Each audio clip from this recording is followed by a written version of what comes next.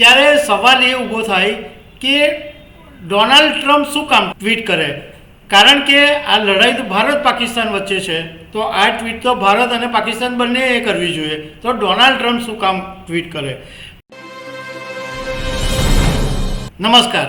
ભારત અને પાકિસ્તાન વચ્ચે જે સંઘર્ષ ચાલ્યો અને એમાં અમેરિકાના રાષ્ટ્રપતિ ડોનાલ્ડ ટ્રમ્પે ગઈકાલે આખી દુનિયાને ટ્વીટ કરીને માહિતી આપી કે ભારત અને પાકિસ્તાને સીઝ ફાયર કરી દીધું છે. ત્યારે સવાલ એ ઊભો થાય કે ડોનાલ્ડ ટ્રમ્પ શું કામ ટ્વીટ કરે, કારણ કે આ લડાઈ તો ભારત પાકિસ્તાન વચ્ચે છે, તો આ ટ્વીટ તો ભારત અને પાકિસ્તાન બંનેએ કરવી જોઈએ, તો ડોનાલ્ડ ટ્રમ્પ શું કામ ટ્વીટ કરે.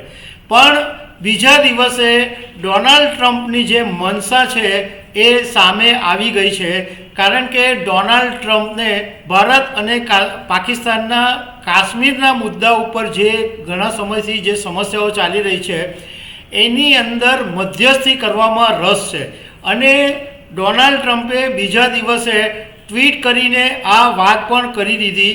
તો આના વિશે હું તમારી સાથે વાત કરીશ. મારું નામ રાજેશ શાહ છે અને તમે જોઈ રહ્યા છો ગુજરાતના સૌથી મોટા ડિજિટલ ન્યૂઝ પ્લેટફોર્મ ખબરછે.com. અમેરિકાના રાષ્ટ્રપતિ ડોનાલ્ડ ટ્રમ્પને આખી દુનિયા જાણે છે કે એ એવા વ્યક્તિ છે કે એકદમ મુત્સદીગીરી, એકદમ ઓરિજિનલ પોલિટિશિયન અને ગમે ત્યારે ગમે તે નિવેદનોને પલટી મારવામાં એક્સપર્ટ છે. એટલે ડોનાલ્ડ ટ્રમ્પે ગઈકાલે એવો શ્રેય લેવાની કોશિશ કરી અને આખી દુનિયાને એ બતાવ્યું કે જુઓ, આ ભારત અને પાકિસ્તાન વચ્ચે જે મધ્યસ્થી છે એ લોકોના જે આ યુદ્ધની જે કોશિશ હતી એ મેં અટકાવી છે.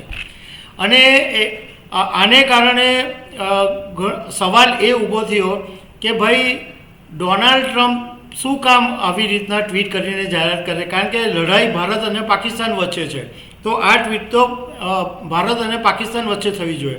પણ એમણે બીજે દિવસે જે ટ્વીટ કરી એમાંથી એમની ખબર પડી ગઈ કે ડોનાલ્ડ ટ્રમ્પ શું કરવા માગે છે. એમને ભારત અને પાકિસ્તાન વચ્ચે મધ્યસ્થી કરવી છે. હવે તમને એક વાત કરું કે ભારત અને પાકિસ્તાન વચ્ચે કાશ્મીરના મુદ્દે ઘણા વર્ષોથી લડાઈ ચાલે છે, પણ ભારત અને પાકિસ્તાને બહુ પહેલેથી ક્લિયર કરી દીધેલું છે કે આ બે દેશોની લડાઈ છે અને એનું જે સોલ્યુશન છે, એનો જે ઉકેલ છે એ એકબીજા દેશો ભેગા થઈને જ લાવશે. એમાં બીજા કોઈની મધ્યસ્થી વચ્ચે નહીં ચાલશે, બીજા કોઈ મધ્યસ્થી કરી શકશે નહીં.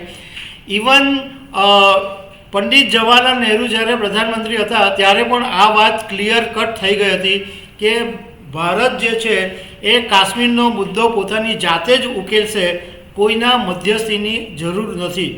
પરંતુ ડોનાલ્ડ ટ્રમ્પે ટ્વીટ કરીને એવું કીધું, એમણે જે બીજી ટ્વીટ કરી એની અંદર એવું લખ્યું કે ભારત અને પાકિસ્તાન બંને દેશોનું જે નેતૃત્વ છે એ મજબૂત છે, બંને નેતાઓ પર મને ગર્વ છે અને આ જે લડાઈ રોકવી જરૂરી છે અને આ બંને દેશોના નેતાઓએ લડાઈ રોકવા માટે જે સમજદારી બતાવી એને કારણે ઘણા બધા લોકોના જીવ બચી ગયા, નહીં તો લાખો નિર્દોષ લોકો આ લડાઈમાં મોતને ભેટતે એવી વાત ડોનાલ્ડ ટ્રમ્પે કરી છે.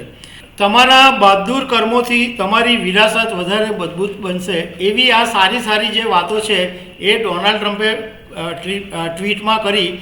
અને પછીનો જે મુદ્દો છે એમાં ટ્રમ્પે એવું કીધું કે આ ઐતિહાસિક નિર્ણયમાં મદદ કરવાનો મને ગર્વ છે. સાથે એમણે એમ પણ કીધું કે ભારત અને પાકિસ્તાન વચ્ચે વેપાર વધશે અને બંને દેશો સાથે મળીને કાશ્મીરનો મુદ્દે ઉકેલવાની હું કોશિશ કરીશ, એવી ટ્રમ્પે વાત કરી.